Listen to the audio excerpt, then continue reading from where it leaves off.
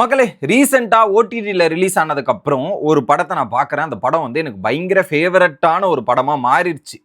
ஏன்னா அந்த படத்தோட ஸ்கிரிப்ட் இருக்குங்க இல்லையா, வரிகள் வார்த்தைகள் எழுதுனதே வந்து அப்படியே ரசித்து ரசித்து எழுதியிருக்கிறார் போல இருக்கு டைரக்டர் ரத்னகுமார்.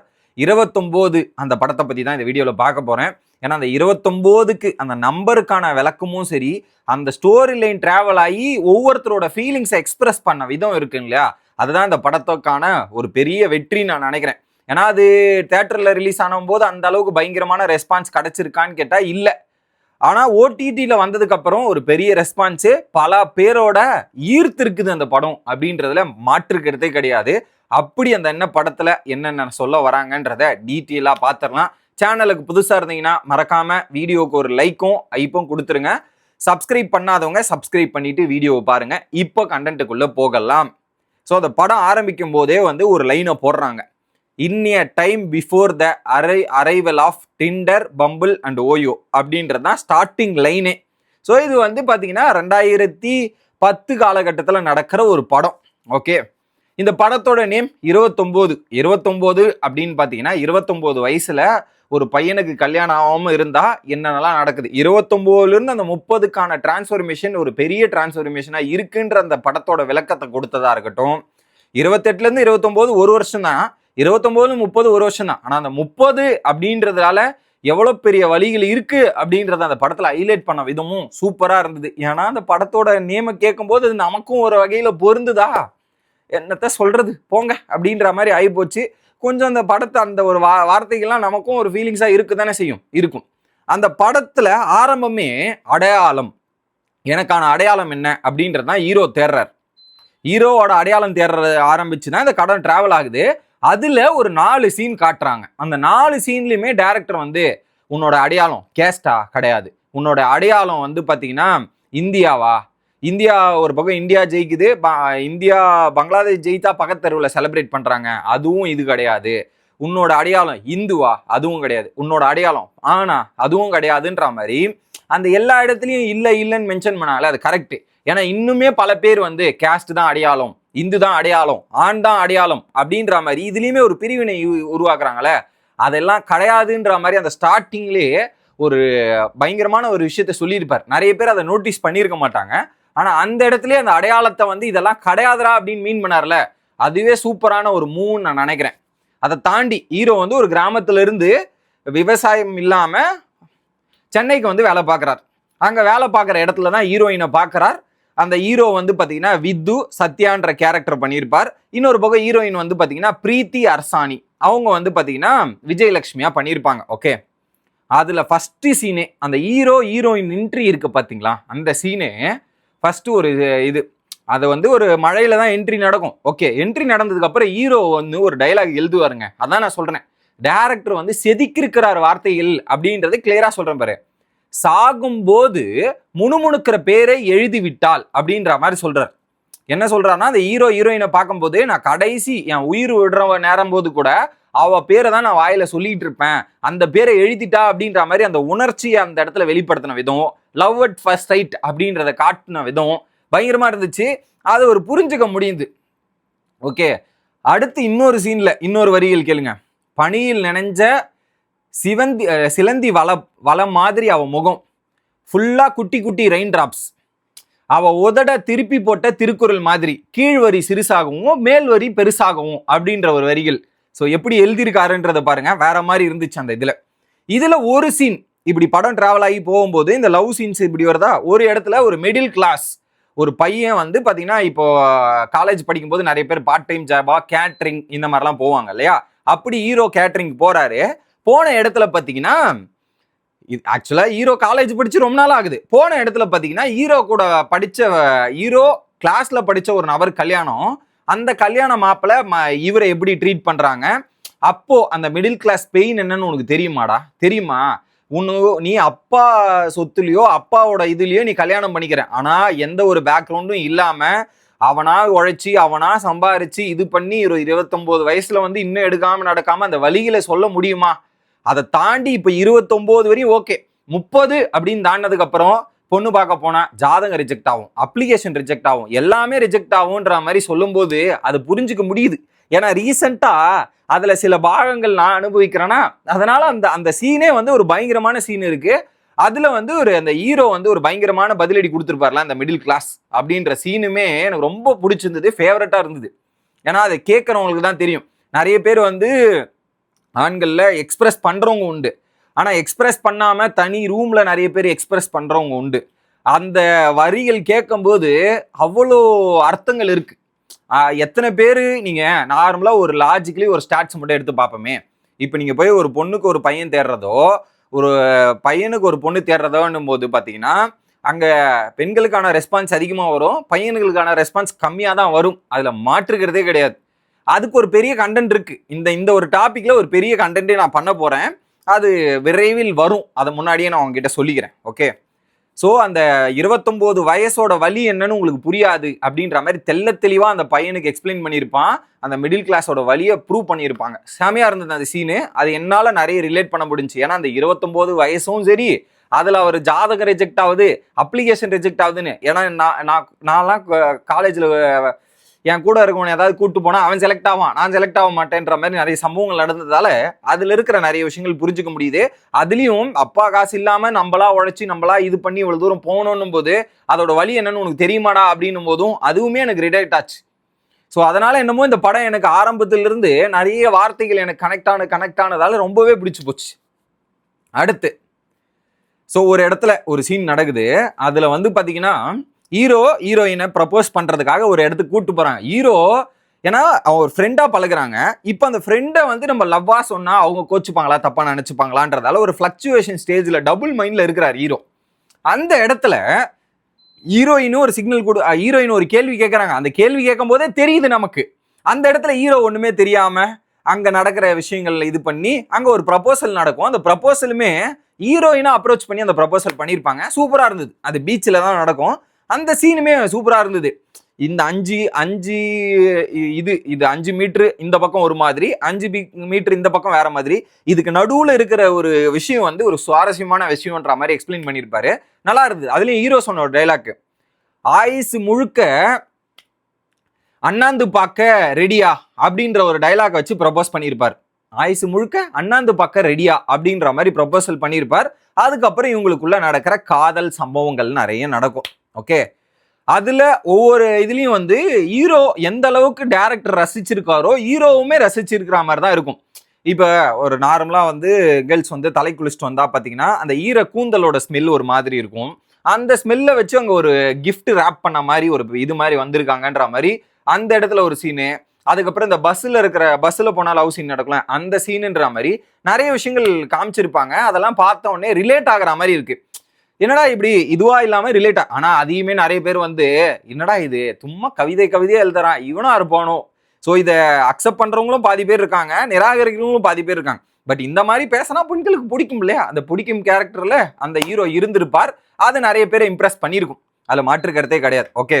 அதுலயும் ஹீரோயினை பார்க்கும் போது எல்லாமே ஏதாவது எடுத்துட்டு போய் கொடுத்துட்டே இருப்பாரு. ஸோ அவர் வெறுங்கையை வீசிக்கிட்டு போனதே கிடையாது. அதை ஹீரோயின்ஸ் அடிக்கடி பதிவு பண்றேன். வெறுங்கை வீசிக்கிட்டு இவனால வரவே முடியாதாடா, இதெல்லாம் பண்ண முடியாதாடா அப்படின்ற மாதிரி ஆயிரும். இந்த சீன்லயே இன்னும் அடுத்து ஒரு சீன் வருங்க. ஓகே. அந்த இடத்துல தான் ஒரு ரியாலிட்டி செக்கே நடக்கும். லவ் பண்ணும்போது அவங்க ஃப்ரெண்டு ஒரு லவ் பிரேக்கப் இருப்பாரு.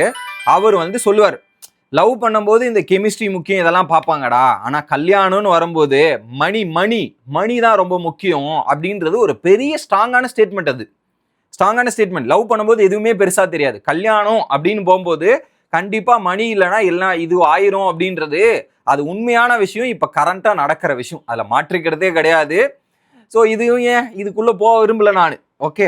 ஆனா அது ஒரு நியாயமான விஷயத்தை தான் அவர் சொல்லியிருக்காருன்றதுல மாற்றுக்கிறதே இல்லை. அதோட வழிகள், ஏன்னா பிடிச்சவங்களை கல்யாணம் பண்ணாம நம்ம கிட்ட எதுவுமே இல்லாம விட்டுட்டு அவங்க நம்மளை விட்டு பிரிஞ்சு போற வேதனையா இருக்கட்டும், அந்த வலிகள் அதிகம். நீங்க அவங்கள விட்டு போவாதீங்க, கடைசி வரையும் இருங்கன்னும் போது அப்பதான் ஒரு ரியாலிட்டி செக்கே அந்த 2 ஹீரோக்கும் ஹீரோயினுக்குமே புரியும்.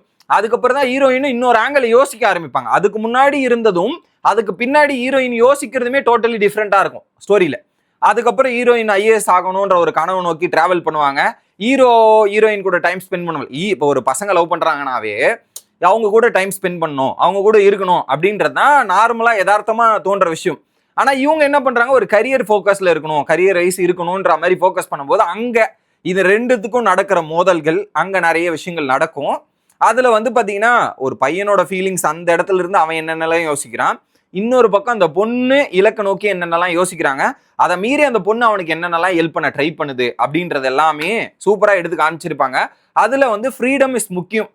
ஃப்ரீடம் ஒரு லவ்வாக இருக்கட்டும், ரிலேஷன்ஷிப்பாக இருக்கட்டும், ஹஸ்பண்ட் அண்ட் ஒய்ஃபாக இருக்கட்டும்ன்றது, ஸோ அவங்களுக்கான ஃப்ரீடமை கொடுக்கணும் அப்படின்றத ஒரு இடத்துல வந்து என்ன கேட்டு தான் முடிவு எடுக்கணும். ஹீரோ ஒரு பாயிண்ட்ல சொல்லுவார், நான் வேலையை விட்டேன்ற போது என்ன கேட்காம முடிவு விட்டேன், நம்ம 2 பேரும் லவ் பண்றோம், என்கிட்ட சொல்லிட்டு தான் நீ விட்டுருக்கணும், என்கிட்ட பர்மிஷன் கேட்டிருக்கணும். அது தவறு. அது வந்து அவங்களோட தனிப்பட்ட முடிவு. உங்ககிட்ட சொல்லியிருக்கலாம் அப்படின்னு கேட்கறது நியாயம். ஆனா அவங்களுக்கான ஃப்ரீடம் அவங்க முடிவு பண்ண, அடுத்து நான் என்ன பண்ண போறேன் உங்க அப்படின்றத அவங்க தான் முடிவு எடுக்கணும். நீங்க இது பண்ணியோ அப்படின்ற முடிவு எடுக்க முடியாது. அந்த இடத்துலையுமே நார்மலா நடக்கிற விஷயங்களை எக்ஸ்ட்ராக்ட் பண்ணி சொல்லிட்டு இருந்ததும் சூப்பரா இருந்துச்சு. என்னடா கதை கதையா பேசுறிய அப்படின்னு பாத்தீங்கன்னா, ஏன்னா அந்த படத்துல அப்படி இருந்தது. எனக்கு பாருங்க, வேர்த்து ஒரு பக்கம் ஏசி ஓடுது, அப்படியும் வேர்த்து ஊத்துது, அந்த நிலைமையில இருக்கு. ஓகே, ஒரு பாயிண்ட்டுக்கு மேல என்ன பண்றாங்க, இங்க பிரேக்கப் இந்த மாதிரி சுச்சுவேஷன்ல போகுது. ஹீரோவும் ஹீரோயினும் ஒரு ஸ்பாட்டுக்கு போறாங்க. ஓகே, இதுல அந்த குஸ்கா மேட்டர்லாம் நடக்கும், அதை விடுங்க. ஒரு பாயிண்ட், ஒரு இடத்துக்கு போன உடனே பாத்தீங்கன்னா அந்த இடத்துல வந்து செமையான ஒரு சுச்சுவேஷன் மக்களே. ஓகே, அந்த சுச்சுவேஷன்ல வந்து பாத்தீங்கன்னா ஹீரோயின் வந்து ஒரு விஷயத்த சொல்ல வராங்க. ஓகே, கட்டிட்டு என்னது தொட்டுட்டு கட்டினா என்ன, தொட்டு இருங்க டைலாக் கரெக்டா ஞாபகம் வர மாட்டேது. தொட்டு தாலி கட்டினா என்ன, தொட்டுட்டு காலி கட்டினா என்ன அப்படின்ற டைலாக். ஐ மீன் தொட்டுட்டு காலி கட்டினா என்னன்னா, முன்னாடி சம்பவம் நடந்துட்டு மேரேஜுக்கு அப்புறம் சம்பவம் அப்படின்றது தான் பாயிண்ட். அந்த இடத்துலையும் இருக்கிற டைலாக்ஸும் சரி, அந்த இடத்துல இருக்கிற சீன்ஸுமே சரி, சூப்பரா பண்ணியிருந்தாங்க பிளேஸ்மெண்ட் அந்த இடத்துல. அதுல ஹீரோயினோட ஃபீலிங்ஸும் சரி, ஹீரோவோட ஃபீலிங்ஸும் சரி, அதுல ஹீரோ ஒரு இடத்துல ரியலைஸ் ஆவாரு, இதை அவர் வேணான்னு தான் சொல்லுவாரு. ஒரு பாயிண்ட்ல வந்து நம்ம பழைய வாட்டி அவளை விட்டு போயிருக்குமே, இந்த வாட்டி விட்டு போக கூடாது, அவளுக்காக நம்ம நிக்கணும்ன்ற மாதிரி ஹீரோ எடுத்த ஸ்டாண்டா இருக்கட்டும், அது அந்த ரொமான்டிசைஸ் பண்ண காட்சிகள் ஓகே. ஆனா அதுல அந்த முக்கியமான வரி, தொட்டு தாலி கட்டினா என்ன, தொட்டுட்டு தாலி கட்டினா என்ன அப்படின்றது ஒரு பயங்கரமான ஸ்டேட்மெண்ட். அது வேற மாதிரி மக்களே. ஓகே, இப்படி ஒரு பாயிண்ட்ல வந்து ஹீரோக்கும் ஹீரோயினுக்கும் ஒரு பிரேக்கப் மாதிரி ஒரு சுச்சுவேஷன். அதுல அந்த பையன், அதுல ஹீரோயின் மேலேயும் தப்பு இருக்கு, ஹீரோ மேலேயும் தப்பு இருக்கு, அந்த கான்டெக்ட் குள்ள போகல. ஸோ அதுல 2 பேருமே புரிதல் தான் பிரச்சனை. அந்த புரிதல் மிஸ் ஆகி தான் அந்த பிரச்சனை வருது. ஸோ பேசிக்கலி ஒரு ரிலேஷன்ஷிப்ல புரிதல் கரெக்டா இருந்தா அந்த பிரச்சனை வராது. பட் அந்த புரிதல் அங்க மிஸ் ஆயிருச்சு. ஆனா ஒரு ஹீரோயின் என்ன பண்றாங்க, இல்லை பிரிஞ்சிடலாம் அப்படின்னும் போது, ஸோ ஒரு லவ் பண்ண இடத்துல இந்த இடத்துல நிறைய பேர் வந்து அவங்க பிரேக்கப் பண்ணும்போது அவங்கள டார்ச்சர் பண்றது, அவங்கள ஆசிட் அடிக்கிறது, இந்த மாதிரி நிறைய சம்பவங்கள் நடந்த இடத்துல அந்த இடத்துல ஸ்டோரியில வந்து சரி இதுதான் உனக்கு சந்தோஷமா இருக்குமான்னு தோணுதா, நீ இரு நான் விடுறேன் அப்படின்ற மாதிரி அந்த ஃப்ரீடம் கொடுக்குறாரு இல்லையா, அதுதான் சூப்பரான விஷயம். ஸோ இதுல ஒரு ஃபேமஸான ஒரு டைலாக் இருக்கு, நீ உங்களுக்கு பிடிச்ச விஷயத்த நீங்க ஃப்ரீயா விட்டுறணும், அது சுத்திட்டு உன் பக்கம் வந்துச்சா அந்த பொருள் உன்னோடுது, அப்படி சுத்திக்கிட்டு உன் பக்கம் வரலன்னா அந்த பொருள் உன்னோடது கிடையாது அப்படின்ற ஒரு அந்த ஒரு வரி, அந்த ஒரு கோட்டோட எக்ஸாக்ட் சுச்சுவேஷன் அந்த இடத்துல காமிக்கப்பட்டது. ஹீரோ வந்து ஹீரோயின் ஃப்ரீடம் கொடுக்குறாரு. அவரு வந்து அவருக்கு இந்த காதல் வேணும், ஏன்னா அந்த ஹீரோயின் இல்லாம ஹீரோவால இருக்க முடியாது. அப்படி இருந்துமே அந்த இடத்துல ஹீரோயின் அந்த ஒரு இது கொடுக்குறாருன்னா அந்த இடத்துல ஒரு பயங்கரமான ஒரு விஷயம் பார்க்க முடிஞ்சு, அது புரிஞ்சுக்கவும் முடிஞ்சுது. அதுக்கப்புறம் ஹீரோவோட ட்ராக் வந்து அம்மாவை நோக்கி போகுது. ஓகே, இதுல அம்மா மற்றும் பையனுக்கு இடையே நிறைய சண்டைகள் மோதல் வரும். இதுல பேசாம இருப்பாங்க அம்மாவும் பையனும். அதுல இப்ப நம்ம இந்த கோவத்தாலையும் ஈகோவாலையும் பேசாம இருந்து ஏதாவது ஆகி போச்சு, அதுக்கப்புறம் பேசலன்ற வருத்தம் வந்து எவ்வளவு பெரிய கொடூரம் அப்படின்றதையுமே அந்த இடத்துல சொல்லியிருப்பாங்க, சூப்பரா சொல்லியிருப்பாங்க. இது இந்த மாதிரி ரியாலிட்டி வந்து எனக்கு எங்க ரிலேஷன்ஷிப்ல என்னோட ரிலேஷன்ஷிப் சர்க்கிள் இருக்கு இல்லையா, அதுல ஒருத்தவங்களுக்கு நடந்தது. அப்போ அந்த வழியை பார்க்கும்போது இந்த சுச்சுவேஷன் எல்லாம் ரியலைஸ் பண்ண முடிஞ்சு. நம்ம இப்ப இந்த ஈகோவாலையோ இதாலேயோ பேசாம இருந்து ஒரு பாயிண்ட்ல பேசாமே முடியும் போச்சுன்னா அது பெரிய வலி, அது பெரிய கொடூரம், அதை வந்து தாங்கறதெல்லாம் ரொம்ப கஷ்டம். ஸோ அதனால இந்த ஈகோ இந்த இதெல்லாம் ஒதுக்கி வச்சுட்டு இதெல்லாம் பாருங்கன்ற மாதிரி சொல்லியிருப்பாங்க. இந்த அம்மா மோதலுக்குள்ளேயும் கோபம் இருந்தாலும் அவங்களுக்குள்ள ஒரு பாசமும் அன்பும் காமிச்ச சீன்ஸுமே நல்லா இருந்தது. இன்னொரு பக்கம் ஹீரோயின் அம்மாவுக்கும் ஒரு பேக் ஸ்டோரி இருக்கும்.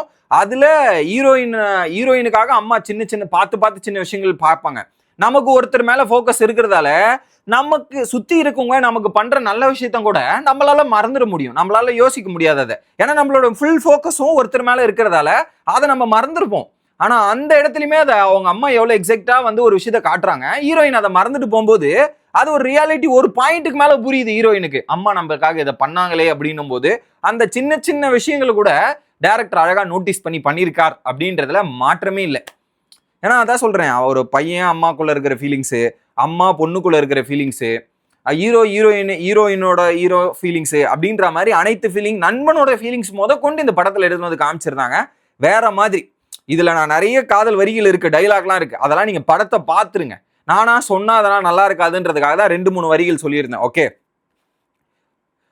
ஒரு பாயிண்ட்டுக்கு மேல இப்படி நடந்து ஹீரோவோட ட்ராக் மாறிடுச்சா, மாறினதுக்கு அப்புறம் பாத்தீங்கன்னா ஒரு ஏரி, ஒரு இது அரசியல் சம்பந்தப்பட்ட ஒரு ஏரியை தூர்வாரணும். அப்போ ஹீரோவோட அம்மா வந்து பாத்தீங்கன்னா அங்க போய் கேட்கும்போது, மழை நான் தூர்வாரிடுவோம்மா, மழை வந்தாதானே அப்படின்ற மாதிரி சொல்லும்போது அவங்க தூர்வாரத்துக்கு மனசு வரல. ஆனா இன்னொருத்தர் மேல பழிய போட்டுட்டு அவங்க வேலையை செய்யாம ஏமாத்துற ஒரு விஷயங்கள் சொல்லும் போது இது ரியாலிட்டியில நடக்குது. நம்ம ஏதாவது போய் அப்ரோச் பண்ணாலுமே அது அப்புறம் பண்றேன் இப்படி பண்றேன்னு சொல்லுவாங்க, ஆனா பண்ண மாட்டாங்க.